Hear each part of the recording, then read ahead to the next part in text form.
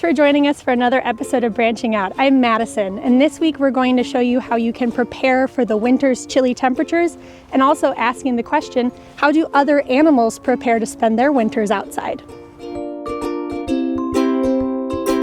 Humans and other animals both need to prepare for the winter's chilly temperatures. For humans, that means dressing in extra warm layers or turning the heat on inside of our living spaces. But for animals to survive the winter, they have to adapt, they have to migrate, or they have to hibernate. If an animal adapts, that means it will change the way it acts so that it is ready for the changing weather.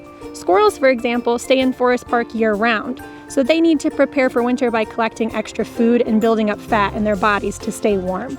If an animal migrates, it will move from one place to another, and usually it will move a very long way. There are many types of birds, for example, that migrate from Forest Park to find warmer weather, and these birds will then return to the park in the spring. Some animals hibernate or become less active in order to use less energy during the winter. Turtles, like the red-eared slider, for example, will become less active to survive. Insects also enter their version of hibernation to conserve energy. Here in Kennedy Forest, there are 60 acres of valuable land that provides important shelter for animals who spend their winters here in Forest Park, like squirrels and cardinals. Where I am in the west side of the park, I can see a lot of great shelter for animals, like this fallen log right here. You can see it's kind of hollowed out, which provides a nice cavernous habitat for small animals and burrowing insects.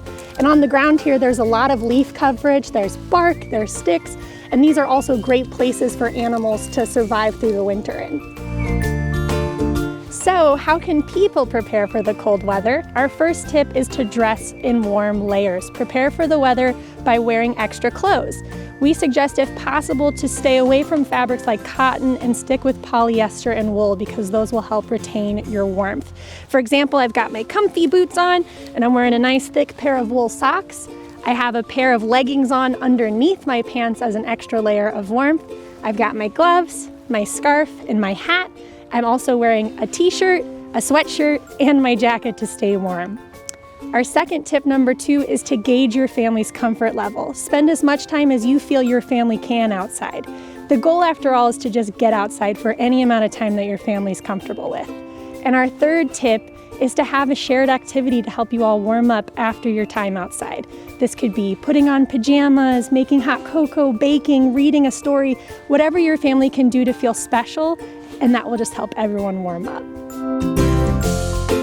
Thank you so much for joining us and branching out as we learned about how humans and other animals spend time outside and prepare for the cold winter's temperatures. We hope to see you warm and bundled up in the park soon. Make sure to check out our online nature classroom where we will be posting resources and videos each week. See you next time.